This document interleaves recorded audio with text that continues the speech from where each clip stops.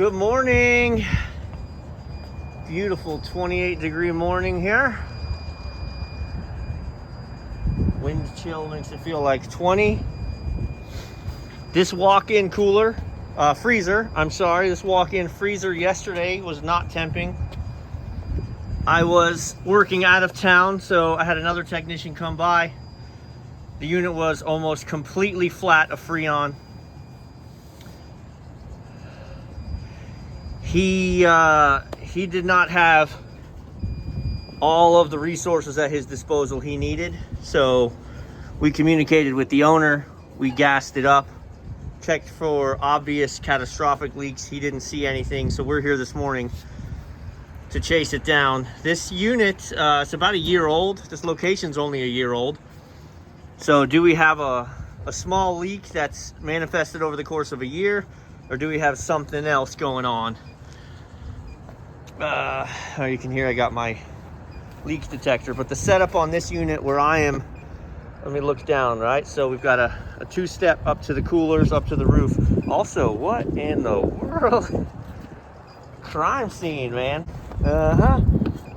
So there's your walk-in cooler, there's your walk-in freezer. And if you take a look, I did a video on this when I looked at the construction. There are points that could be rub out points in the system. So we're gonna leak check all this. My guy is here with me. He's defrosting the inside just around the TXV and the solenoid. The unit is running. He gassed it up, cleared the sight glass. She pulled down to negatives, and we've been good overnight. But let's get the leak detector, see what we can find. So we've got the defrost going in here.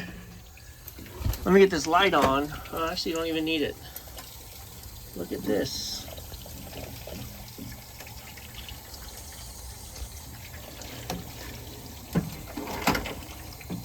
That is a drop of oil. Refrigerant contains oil. You're going to find your leak by chasing oil.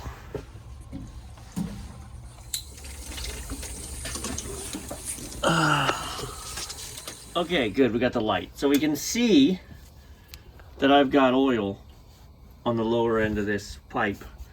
And I'm looking up, this is where it runs through the chase. I don't have oil up there, but I do have oil running. And if you look at the angle of this pipe, my high spot is there. And I definitely run to there, and lo and behold, there's a joint there. It doesn't look like it would be leaking from there. Oh wait, maybe. I brought the bubbles, so we'll check it out. Because I don't see oil from this point, just from here. Yeah, definitely a leak. All right, we got the light. Here we go, look at that. An installation drama. Come on, man.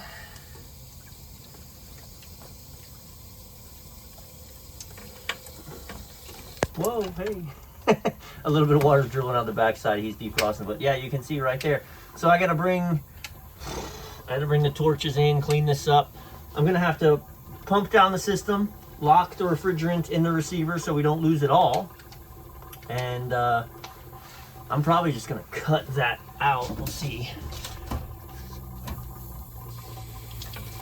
Yeah, look, boy, and you touch it. So I don't know whether they've touched this back here, but you can see I just barely touched it. She opened up like crazy. So I'm gonna get upstairs and pump this down before we lose all this refrigerant. All right, so here's how this works on a refrigerant system with a receiver.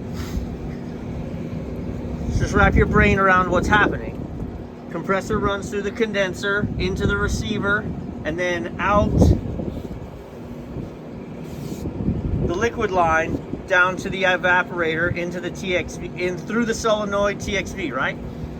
So you close off this service port that isolates here.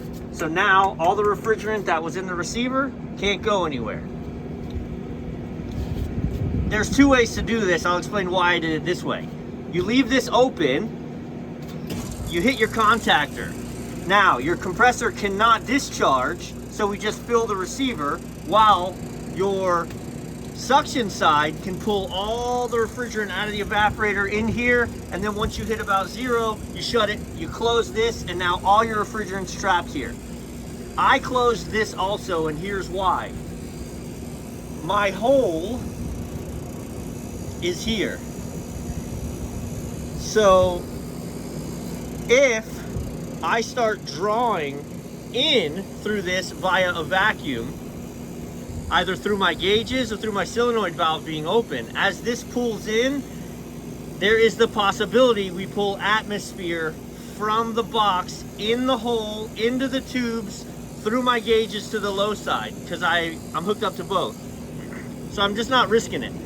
We're gonna lose the little bit of refrigerant that's in the evaporator. I'm okay with that.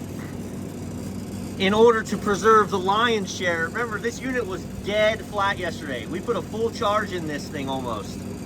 So I don't wanna contaminate that and then have a different problem. So boom, we've isolated.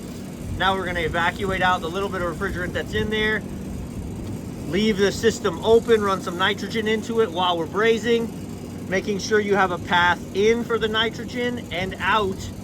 I know that sounds simple, but that was like a dumb thing that one time before I got my head on straight about it. You know, you're trying to torch this little thing, you're running nitrogen in, you didn't leave another path for it to get out. The only place it can get out is here. So you keep trying to torch it, but the nitrogen just keeps opening up. You're like, I mean, maybe I'm the only dumb one who ever did that while I was learning, but I definitely did it, so you don't have to. Let's see if we can get the light on. All right, hang on. Look at here. So now you can really see the target of the torch isn't the braze. There's a crack right there. So the pipe broke.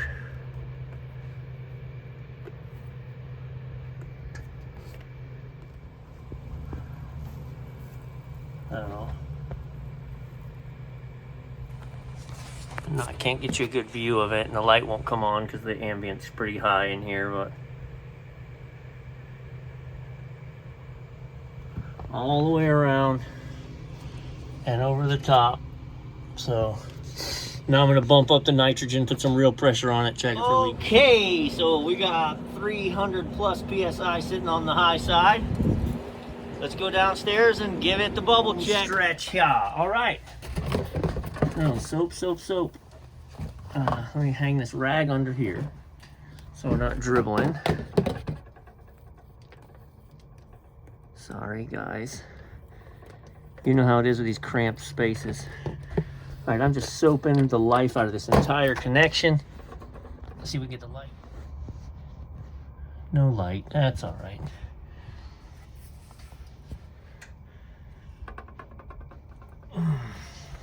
Aha.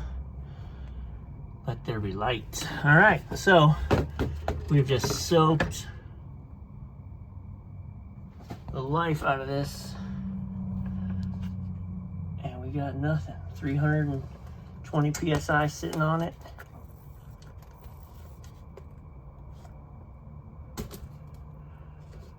right, I want to watch this and make sure this isn't this is just a drip and not a manifestation of bubbles. It is. All right, so there you go. Leak repaired. Now let's pull it back. Okay, stole 208 from over there because I love this pump. I mean, I'm not running the 7 CFMs because I'm running through Schraders and small hoses, but it's not a big system. But it's dual voltage, so I'm able to just jump in to the unit and switch it to 230 and run. So she is rolling. While we're here, we're gonna change the belts on these units that are due for a PM. All right, so we pulled a good vacuum. We released the system to itself. This unit's 448, so our 448, it needed a little bit of a tap off once I gave the system to itself. It was a little short from what we lost in the evaporator, but we're running great. So this isn't a 448 gauge, but I can tell you 448 runs 20 below at about 15 psi. So that's where we are. Let's see, 125 psi is about 60. If it's 30 degrees outside, then I go 30 more degrees to 60, and that's 125 psi, so we're close. And it's a little warmer than 60 now, or it's a little warmer than 30 now. It's about 40. So yeah, the pressures look good. No more leak. We're just watching the box pull down. So I don't know exactly how much 448 we put in because I didn't bring the scale up. It was a brand new bottle, so we're just gonna weigh the bottle and then subtract out. But it was, I mean, that bottle feels half full. I mean, it was a full charge. But this is just an emergency deal. Get out here with the 448, gas it up, and then get out here this morning, find the leak, isolate the Freon in the refrigerant, isolate the Freon in the receiver, top her off. We're back to health. I don't love this. This is only a year-old motor. Look at it. It looks like the oil from the bearings is blown. But we'll see. Keep an eye on it. All right, she dropping like a rock. It was 33 just now when I fired it up.